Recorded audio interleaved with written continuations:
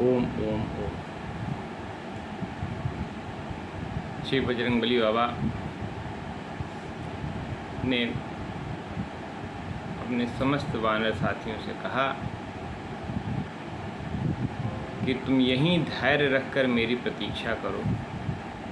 समुद्र के इसी तट पर मैं दक्षिण तट की तरफ जाता हूँ और शीघ्र ही माता सीता के दर्शन करने के लिए आता हूँ। और अस कहीं नाई सबनी कह माथा, चले उहर से ही धरि रघुनाथा। सिंधु तीर एक भूधर सुंदर, कौतुक कूद चढ़े हूँ ते ही ऊपर। बार बार रघुबीर समारी, तरक हूँ पवन तनय बल भारी। अब हनुमान जी को अपना वह पुराना बल याद आया जब उन्होंने हंसी हंसी में सूर्य देवता को अपने आगोश में लिया था और प्रभु राम का प्रेम, माता सीता जी के दर्शन, ये हर्षातिरेक इतना ज़्यादा है कि वह बल संभाले नहीं संभल रहा है। और जहि गिर चरण देई हनुमंता, चलई सुगा पाताल तुरंता। कि प्रभु जिस पर्वत पे चरण रख देते हैं वह पाताल में चला जाता है, इतना वेग है हनुमान जी का। आज जब माता सीता के दर्शन के लिए प्रभु वह समुद्र को लांग रहे हैं। और जलनिधि रघुपति दूत बिचारी, कह मैं ना कहोई श्रम हारी। हनुमान तहि परसी पुनि पुनि कीन प्रणाम, और राम काज कीन्हे बिना मोहि कहाँ विश्राम। जलनिधि ने हनुमान जी को राम जी का दूत माना और मैनाक से कहा, मैनाक पर्वत ने कि प्रभु थोड़ी थकान मिटा के आगे बढ़ें। बजरंगबली बाबा बोले कि जब तक राम जी का काम न हो जाए तब तक मुझे विश्राम नहीं है। और जब देवताओं ने देखा कि अब वह घड़ी नज़दीक आ गई, जब देवताओं के कष्ट कटने वाले हैं, तो हनुमान जी का बल, कि देवता तो वैसे ही सब में संशय और दोष ही देखने वाले हैं, तो हनुमान जी का बल आंकने के लिए उन्होंने सुरसा नाम की राक्षसी को भेजा। सुरसा नाम अहिन कै माता, पठाई आई कही तही बाता। सुरसा ने कहा आके कि आज तो मुझे देवताओं ने बहुत सुंदर आहार दिया है और आज यह आहार करके मैं अपने मन को शांत करूंगी। फिर बजरंगबली बाबा ने बहुत प्रेम पूर्वक कहा कि माता, मुझे राम जी के कार्य से मैं जा रहा हूँ, इस समय यह समय उचित नहीं है कि तुम मेरा आहार करो। मैं राम जी का कार्य करके वापस आता हूँ, तब तक तुम इंतज़ार करो। राम काज करी फिर मैं आऊँ, सीता कही सुधि प्रभु ही सुनाऊँ। और तब तब बदन पैठियों आई, सत्य कहूँ मुहि जान दिमाई। और तब मैं आपके पास आऊँगा, आप मुझे अपना आहार बना लेना। लेकिन सुरसा तो देवताओं की भेजी हुई एक माया थी, तो सुरसा ने कहा कि नहीं, किसी भी तरह मैं जो है जाने नहीं दूंगी। ऐसे में हनुमान जी ने अपना विस्तार करना शुरू किया और जोजन भरी तेहि बदन पसारा, कपि तनु कीन दुगुन विस्तारा। तो उसने योजन भर, सुरसा ने अपना 1 योजन शरीर फैलाया, हनुमान जी ने 2 योजन शरीर फैलाया। इस प्रकार अपना शरीर वो फैलाती गई और जब 16 योजन सोचिए 16 योजन भर लंबा जब उसने अपना शरीर कर लिया, तब हनुमान जी ने 32 योजन का अपना शरीर बनाया। और इस प्रकार एक समय ऐसा आया कि 7 योजन तहीं आनन कीना, कि उसका जो मुख है वही 100 योजन के बराबर हो गया। और जब 100 योजन का उसने अपना मुख बना लिया, उस समय हनुमान जी ने बहुत छोटा सा रूप लेकर उसके मुख में प्रवेश किया। और बदन पैठी पुनि बाहर आवा, मांगी विदाता ही सिरुनावा। हनुमान जी उसके मुख में प्रवेश करते हैं और बाहर आ जाते हैं। फिर हाथ जोड़कर जो है प्रणाम करते हैं कि माता आप मुझे जाने दें। और सुरसा भी प्रभु को प्रणाम करती है कि हे पवनसुत, मैं तो मात्र आपके बल बुद्धि का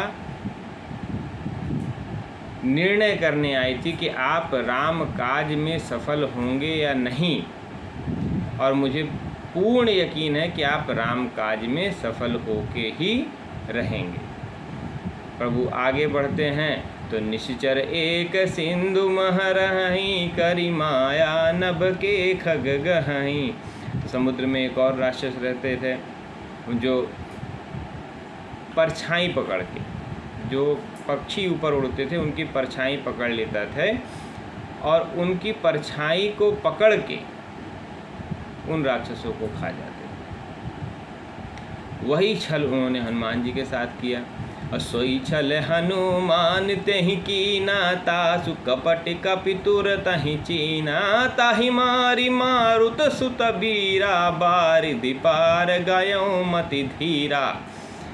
और वही छल उसने हनुमान जी के साथ किया और प्रभु ने एक ही बार में उसका काम तमाम कर दिया और समुद्र के उस पार चले गए, जहाँ उन्होंने जाके देखा कि समुद्र का दक्षिण तट बहुत ही सुंदर रूप में रावण ने बसाया हुआ है। बहुत सुंदर सुंदर पुष्प लगे हैं, बहुत ही विशाल विशाल वृक्ष हैं, तमाम तरह के जानवर वहाँ पे रह रहे हैं।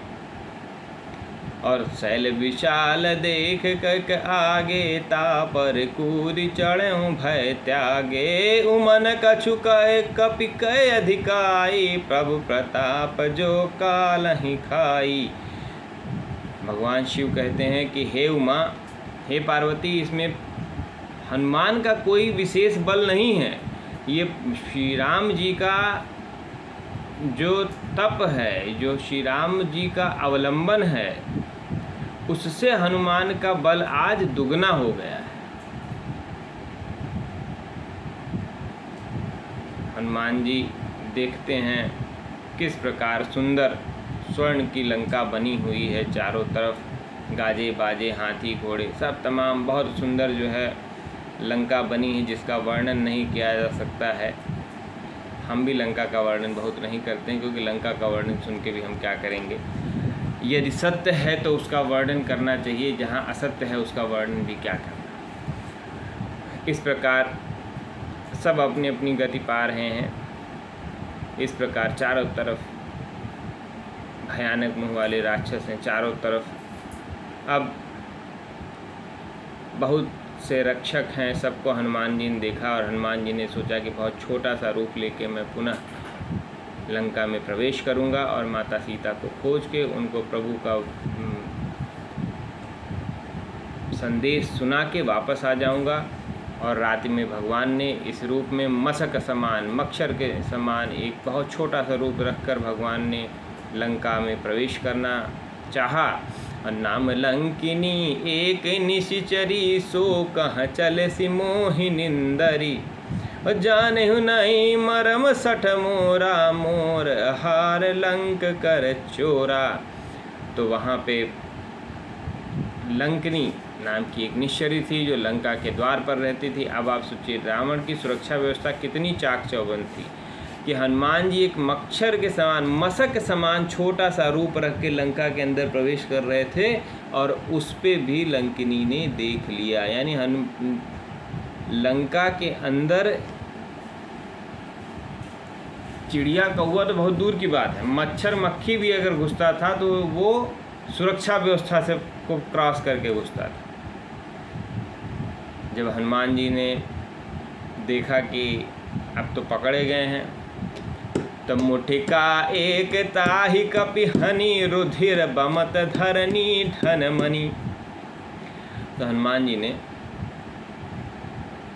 उसी रूप में हनुमान जी ने एक मुक्का मारा और तुरंत लंकिनी गिर गई।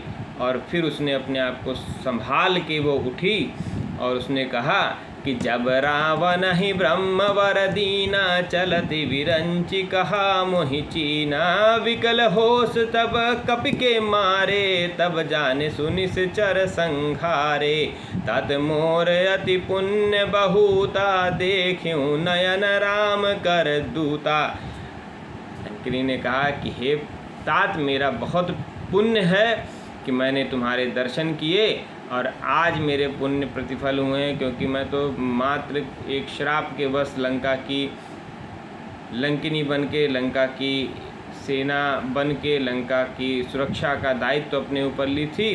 और आज मुझको यह पूर्ण एहसास हो गया, क्योंकि ब्रह्मा जी ने मुझसे कहा था कि जब मेरे होश हो जाएंगे एक वानर के वार से, उस समय राक्षसों का संहार निकट आया मैं समझूंगी। इस प्रकार उसने भी भगवान बजरंगबली को आशीर्वाद दिया। प्रविश नगर की जय सब काजा हृदय राखी कौशलपुर राजा। उसने कहा कि हे प्रभु, आपका यह लंका में स्वागत है, जाइए और मेरे राम जी का कार्य संपन्न करें। और फिर हनुमान जी ने छोटा सा रूप धारण किया और लंका के एक एक घर के अंदर जा जा के भगवान ने देखना शुरू किया कि कौन कहाँ कैसे रह रहा है। सबके घरों में भगवान गए और चारों तरफ भगवान ने देखा, कहीं माता जानकी नहीं दिख रही थी लंका के भीतर।